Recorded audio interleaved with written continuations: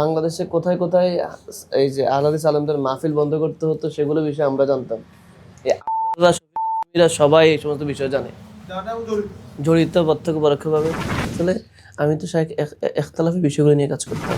হাটহাজারীতে হলো এখন কিছু বিষয় আছে, তারা আসলে প্রতি বছর বেস থেকে তারা কয়েকজন ছাত্রকে টার্গেট করে, যাদেরকে দিয়ে পরবর্তীতে মোনাজারা বা ডিবেট এগুলো করতে পারে, তাদেরকে কাছে রাখে, তাদেরকে সেভাবে গাইড দেয়।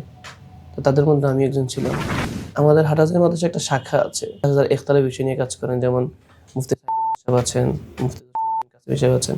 ওরা আবার অনেকে মিডিয়ার সামনে আসেন না, বেশিরভাগ গোপনে ভাবে যারা মিডিয়াতে কাজ করেন তাদেরকে সাপোর্ট দেন পিছন দিক থেকে। আত্মাহারিক টিভি, ওহির আলোয় উদ্ভাসিত জীবনের জন্য। বাবা হক কথা বলেছ, ফলাফল পাচ্ছ, পেতে হবে। লিউজরাহু আলাদ্দিন কুল্লি, প্রচলিত যত বাতিল মতবাদের বিরুদ্ধে ইসলামকে বিজয়ী করতে গেলে অবশ্যই তাকে জিহাদি হতে হবে, আপোষহীন হতে হবে। আপোষকামী ব্যক্তি কোশ্চিনকালেও দুনিয়াতে এবং আখিরাতে সম্মানিত হতে পারে না। আসলে আমি তো ইখতিলাফি বিষয়গুলো নিয়ে কাজ করতাম। তো যত ইখতিলাফি কিতাব আছে সবগুলো আমার কাছে সংগ্রহ করার চেষ্টা করেছি, আশা করি আছে। সব সালাফি আলেমদের, সব লেখকদের যারা চলে গেছে, যারা আছেন, সবার ইখতিলাফি যত কিতাব আছে সবগুলো সংগ্রহ করে সবগুলোকে সামনে নিয়ে আমরা কাজ করতাম, নোট করতাম, দাগাতাম। এটাই ছিল আমাদের কাজ। ভবিষ্যৎ ভুল ধরার জন্য সেগুলাই করতাম। সেক্ষেত্রে যাদের যত ইখতিলাফি কিতাব আছে সেগুলাই আছে। বুস্টটা বেসিক্যালি অনেক আগে থেকে বলা আমরা তো আসলে কাজ করছি 7-8 বছর ধরে। 7-8 বছর ধরে তো বিভিন্ন ডিবেটের সাথে সম্পৃক্ত আছে অনেক। কোন মাদ্রাসার ছাত্র ছিলেন? আমি তো প্রথমে হাটহাজারী, এরপর দেওবন্দ। আচ্ছা, দেওবন্দ। তবে এখানে বাংলাদেশে আর নেই? বাংলাদেশে তো আসার পরে তো হাটহাজারীতে পড়া শুরু করেছি, দাওরা ইফতার শেষ করে দেওবন্দে গিয়েছি, সেখান থেকে আবার দাওরা ইফতার শেষ করে বাংলাদেশে এসে হাটহাজারীতে শিক্ষক হিসেবে ছিলাম 2 বছরের মতো। এখন পেশা কি? এখন তো আপাতত তো লুকিয়ে বেড়াচ্ছি। আপাতত পেশা হলো পরিবার নিয়ে পালিয়ে থাকা। কিন্তু হাটহাজারী শুনছি অনেক উদার। ওরা উদার হলেও বিষয়টা আসলে সেভাবে না। হাটহাজারীতে হলো এখন কিছু বিষয় আছে, তারা আসলে প্রতি বছর বেস থেকে তারা কয়েকজন ছাত্রকে টার্গেট করে, যাদেরকে দিয়ে পরবর্তীতে মোনাজারা বা ডিবেট এগুলো করতে পারে। তো মানে হানাফি মাযহাবের দাওয়াতটা যেন তারা কন্টিনিউ করতে পারে। তো প্রত্যেক বছর বেস থেকে তারা কয়েকজনকে টার্গেট করে রাখে, তাদেরকে কাছে রাখে, তাদেরকে সেভাবে গাইড দেয়। তো তাদের মধ্যে আমি একজন ছিলাম। আমাদের হাটহাজারী মাদ্রাসায় একটা শাখা আছে, যারা আমলি জিন্দেগি যাপন করে। আরেকটা হলো শাখা আছে যারা ইখতিলাফি বিষয় নিয়ে কাজ করেন, যেমন মুফতি সাইদ সাহেব আছেন, মুফতি জসিমউদ্দিন কাসেমি সাহেব আছেন। অনেকে আছেন যারা আলাদা একটা প্ল্যাটফর্ম তৈরি করেছেন, তারা সেভাবে কাজ করেন। ওরা আবার অনেকে মিডিয়ার সামনে আসেন না, বেশিরভাগ গোপনে ভাবে যারা মিডিয়াতে কাজ করেন তাদেরকে সাপোর্ট দেন পিছন দিক থেকে। এখন কি অবস্থা? পালিয়ে পালিয়ে বেড়াচ্ছেন? অবস্থা এখন স্থিতিশীল হয়নি। এখন স্থিতিশীল হয় নাই, মানে এক ধরনের ভয় পাচ্ছি আর কি, যেতে আসলে আক্রমণ করবে কিনা। কোন রাজনৈতিক মিথ্যা অবাদ দিচ্ছে নাকি? ওরা বলতেছে ইহুদি হয়ে গেছে, ইহুদির কাছ থেকে টাকা পেয়ে ইহুদি হয়ে গেছি, ইহুদি মানে সেটাই বলে একটু বেশি। 99 সাল থেকে আমি ইহুদির গাছ খাচ্ছি। আমার নামে তারা তো পোস্টার ব্যানার করে আন্দোলন করেছে, পোস্টার ব্যানার করে এলাকাতে মিছিল করেছে, বহুত কিছু করেছে। এখন তুমি বাবা ইয়ং মান, বয়স অনেক কম, বাকি জিন্দিগিটা এর উপরে কাটার চেষ্টা করো। আর আমি ইয়াতাওয়াক্কাল আলাল্লাহি ফাহুয়া হাসবুহু ওয়া ইয়ারযুকহু মিন হাইসু লা ইয়াহতাসিব। এই আয়াতটা মাথায় রাখলে আর কিছু সমস্যা হবে না। আর রুজির বিষয়টা আল্লাহ কখনো বেরুজি আমাদের রাখবে না, যেন এখানে হারাম নাটকে সে চেষ্টা করতে হবে সাধ্য মতো। সাধ্যের বাইরে কিছু করার দরকার নেই। শত্রুদের হাত থেকে আল্লাহ বাঁচাবে। আল্লাহ ইয়াসিমুকা মিনান নাস, এটা আল্লাহ পাক নিজেই তার রাসূলকে নাজিল করেছিলেন। তিনি রাত্রে ঘুমাতে পারছেন না ভয়ে।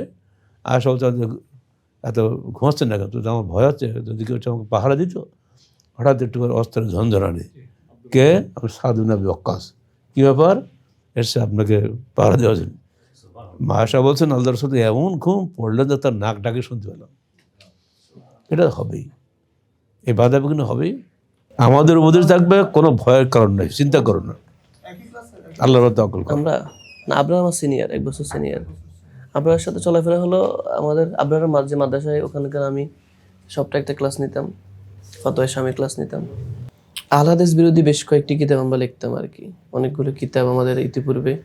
আপনার বিরুদ্ধে তো বহুত ভিডিও আমি নিজেও করেছি, অনেকে করেছে। বক্তৃতা আমি তো ক্ষমা চাই, বক্তৃতায় বলেছি, লেখনীর মাধ্যমে বলেছি। এরপরে আপনার বিরুদ্ধে তো আপনার বিভিন্ন লেখনীর বিরুদ্ধে, বিভিন্ন বইয়ের বিরুদ্ধে তো আমরা শত শত ভিডিও, হাজার হাজার তো এখন যে ক্ষমা চাচ্ছেন, এটা কি আপনার ভিডিওতে যাবে? সেটা তো উদ্দেশ্য না, এটা তো না, তারা তো ওইটাই জানবে যে আপনি যে চেঞ্জ হয়েছেন, এখন গাল দিচ্ছেন না, এটা লোক তো জানবে না। তো না, এটা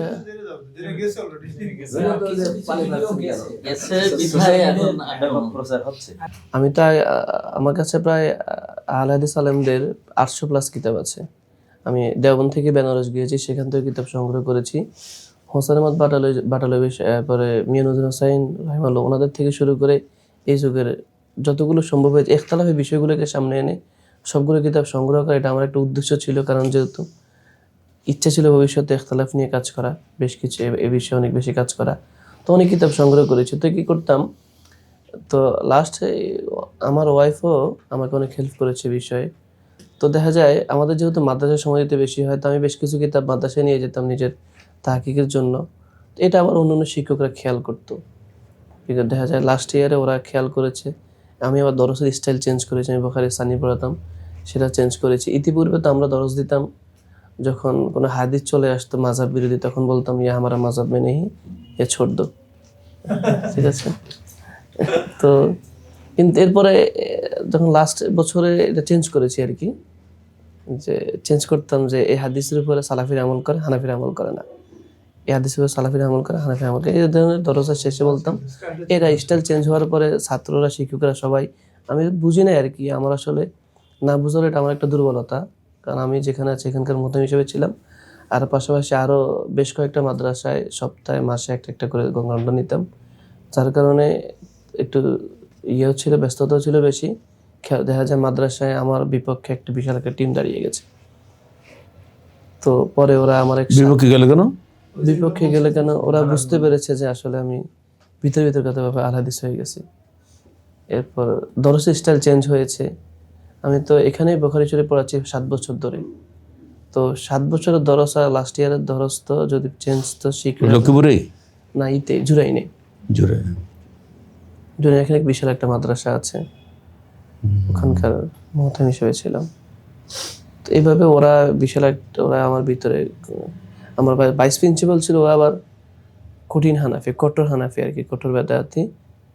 দেখা যায় আমার আগে থেকে আসলে একটু শত্রু ছিল, একটা সুযোগ পেয়ে দেখা যায় আমার বিরুদ্ধে বিশাল টিম নিয়ে ওরা, আমার ছাত্র বললো যে আপনার বিরুদ্ধে আন্দোলন চলতেছে, বিতর্কিতভাবে ওরা হয়তো যে কোনো মুহূর্তে আপনাকে হামলা করবে।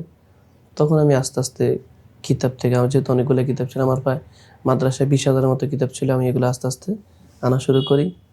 একটা সময় তারা হামলা করা শুরু করেছে, আমাকে ঘেরাও করে ফেলেছে। তখন থানায় ফোন দিয়ে পুলিশ এনে এরপর ওখান থেকে বের হয়েছে। পুলিশের কাস্টডিতে? হ্যাঁ, পুলিশ আনতে হয়েছে। ওরা তো চতুর্দিকে ঘেরাও করে ফেলছে।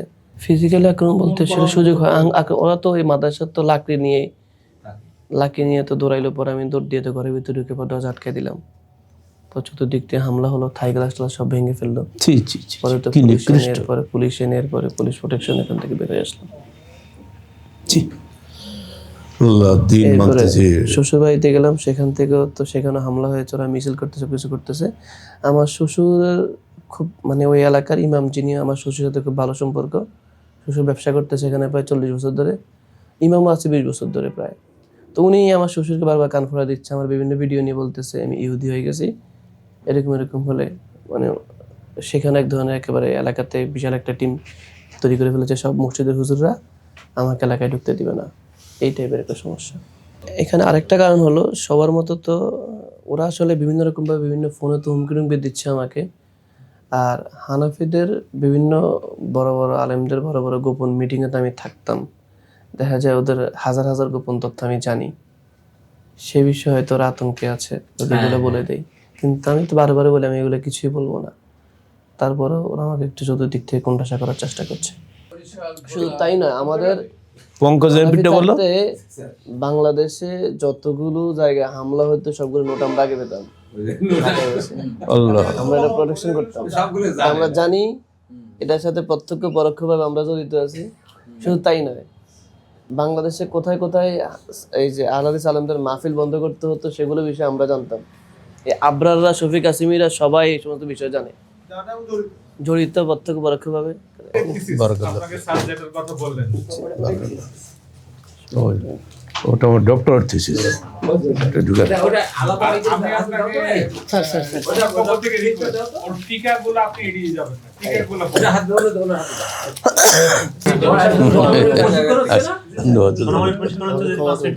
বারাকাল্লাহ ফিকুম।